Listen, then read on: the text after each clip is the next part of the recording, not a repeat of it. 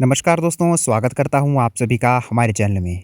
दोस्तों, आज जो मैं आपको क्वेश्चन कराऊंगा वह है स्थिरता के प्रमुख मार्ग के रूप में इकोसेंट्रिज्म के प्रमुख तर्कों की जांच कीजिए।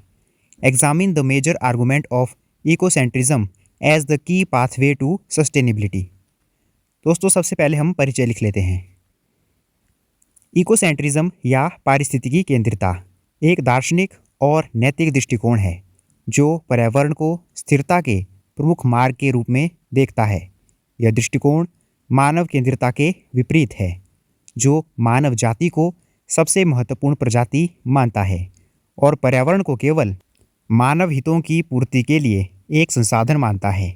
इसके बजाय इकोसेंट्रिज्म इस बात पर जोर देता है कि प्रकृति और पारिस्थितिकी तंत्र का अपना आंतरिक मूल्य है, भले ही वे मानव के लिए उपयोगी हों या न हो। यह मानता है कि पारिस्थितिकी तंत्र के सभी घटकों, जैविक और अजैविक का सम्मान किया जाना चाहिए। दोस्तों, अब हम देख लेते हैं इकोसेंट्रिज्म के प्रमुख तर्क। इकोसेंट्रिज्म के समर्थक स्थिरता के लिए निम्नलिखित तर्क प्रस्तुत करते हैं। पहला पॉइंट है प्रकृति का आंतरिक मूल्य। इकोसेंट्रिज्म का सबसे महत्वपूर्ण तर्क यह है कि प्रकृति का अपना आंतरिक मूल्य यानी कि इंट्रिंसिक वैल्यू है। यह तर्क देता है कि जंगल, नदियाँ, पर्वत और जीव जंतु केवल इसलिए महत्वपूर्ण नहीं हैं क्योंकि वे मानव को लाभ पहुंचाते हैं, जैसे कि लकड़ी के द्वारा, पानी या पर्यटन के द्वारा, बल्कि वे अपने आप में महत्वपूर्ण हैं। यह दृष्टिकोण मानव को प्रकृति के एक हिस्से के रूप में देखता है, न कि उसके स्वामी के रूप में।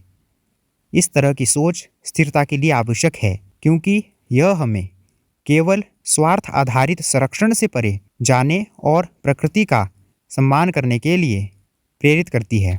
अगला पॉइंट है पारिस्थितिकी संतुलन। इकोसेंट्रिज्म का मानना है कि पृथ्वी पर जीवन का अस्तित्व एक जटिल और नाजुक पारिस्थितिक संतुलन पर निर्भर करता है। यह तर्क देता है कि यदि हम किसी भी प्रजाति या पारिस्थितिकी तंत्र के किसी भी हिस्से को नुकसान पहुंचाते हैं तो पूरे सिस्टम पर इसका नकारात्मक प्रभाव पड़ता है।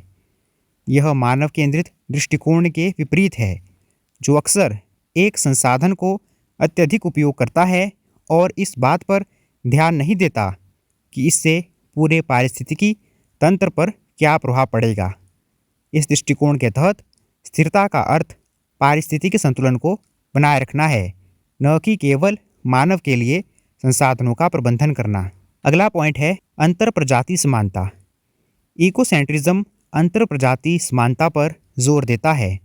यह तर्क देता है कि मनुष्य और अन्य जीव जंतु दोनों ही जीवन के नेटवर्क के महत्वपूर्ण हिस्से हैं। इस दृष्टिकोण के अनुसार मनुष्य को अन्य प्रजातियों पर अपना प्रभुत्व स्थापित करने का कोई नैतिक अधिकार नहीं है। यह हमें तर्क देते हैं कि जैव विविधता का संरक्षण केवल इसलिए नहीं किया जाना चाहिए क्योंकि वह भविष्य में मानव के लिए दवाएं या अन्य लाभ प्रदान कर सकती है, बल्कि इसलिए करना चाहिए कि हर प्रजाति का अस्तित्व अपने आप में मूल्यवान है। अगला पॉइंट है मानव केंद्रित दृष्टिकोण की विफलता। इकोसेंट्रिज्म के समर्थक यह तर्क देते हैं कि मानव केंद्रित दृष्टिकोण ने ही वर्तमान पर्यावरणीय संकट को जन्म दिया है। यह दृष्टिकोण केवल मानव के अल्पकालिक लाभों पर ध्यान केंद्रित करता है और प्रकृति के शोषण को जायज़ ठहराता है। उदाहरण के लिए, जंगलों को काटना, प्रदूषण फैलाना और जीवाश्म ईंधन का अत्यधिक उपयोग करना मानव केंद्रित सोच के परिणाम हैं। इकोसेंट्रिज्म एक वैकल्पिक और अधिक स्थायी मार्ग प्रदान करता है जो प्रकृति को प्राथमिकता देता है, जिससे इन समस्याओं का मूल समाधान हो सकता है। अगला पॉइंट है दीर्घकालिक स्थिरता। इकोसेंट्रिज्म एक दीर्घकालिक दृष्टिकोण अपनाता है। यह मानता है कि पृथ्वी पर मानव जाति का अस्तित्व तभी संभव है जब पूरी पारिस्थितिकी प्रणाली स्वस्थ हो। मानव केंद्रित दृष्टिकोण अक्सर तात्कालिक आर्थिक लाभ पर ध्यान केंद्रित करता है, जबकि इकोसेंट्रिज्म आने वाली पीढ़ियों और पूरे पारिस्थितिकी तंत्र की भलाई को ध्यान में रखता है।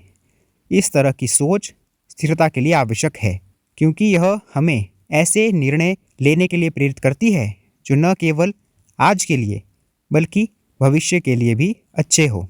दोस्तों, अब हम इस प्रश्न का निष्कर्ष लिख लेते हैं।